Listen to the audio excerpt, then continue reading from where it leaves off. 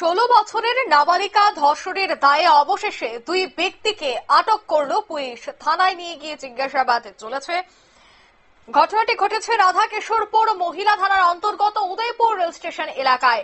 জানা যায় বৃহস্পতিবার সন্ধ্যা আনুমানিক 7টা নাগাদ মিঠুন দেবনাথ, যার বয়স 24 বছর, অন্যদিকে বুয়ার দেববর্মা, যার বয়স 24 বছর, তাদের বাড়ি সিপাহীজলা জেলার মোহনভোগ এলাকার তারা বাসিন্দা।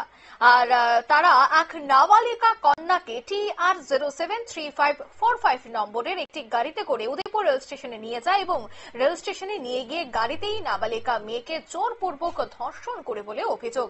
রাত আনুমানিক 10টা নাগাদ মোহনভোগ যাওয়ার পথে কাকরাবন থানার নাকা পয়েন্টে চেকিং করার সময় সেই গাড়ি সহ দুই যুবক এবং এক নাবালিকা মেয়েকে আটক করা হয়। নাবালিকা মেয়েটিকে জিজ্ঞাসাবাদ করার পর পুলিশ জানতে পারে গোটা ঘটনা।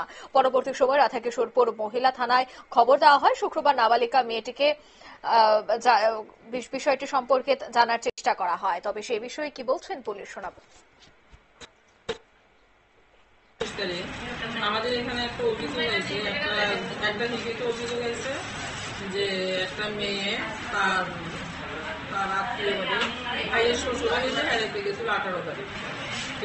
গত 21 তারিখ মেয়েটাকে নিয়ে তার ভাইয়ের শালা ইয়েতে স্টেশনে এসে উদয়পুর মাথাউড়ি স্টেশনে এসে মারুতি গাড়ি নিয়ে ওই গাড়ির ড্রাইভার ওই তার যে ভাইয়ের শালাও সামনে ছিল, শালার গাড়ি বাইরে ছিল, আর সে মানে গাড়ির ড্রাইভারে তারে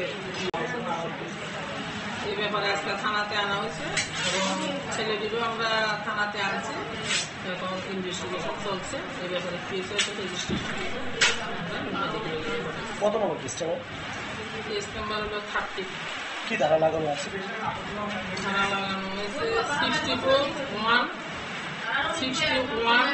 +2 BNS এবং 4 পক্সো। মেয়েটা কি নাবালিকা? নাবালিকা। কত বছর? 16 প্লাস। আজকে কি যাদেরকে ডিটেইন করেছেন তাদেরকে জিজ্ঞাসাবাদ চলছে এখন? জিজ্ঞাসাবাদ চলছে। আজকে কি কোর্টে তোলা হবে? না, এখনো বলতে পারি না, আমাদের ইনভেস্টিগেশন আছে।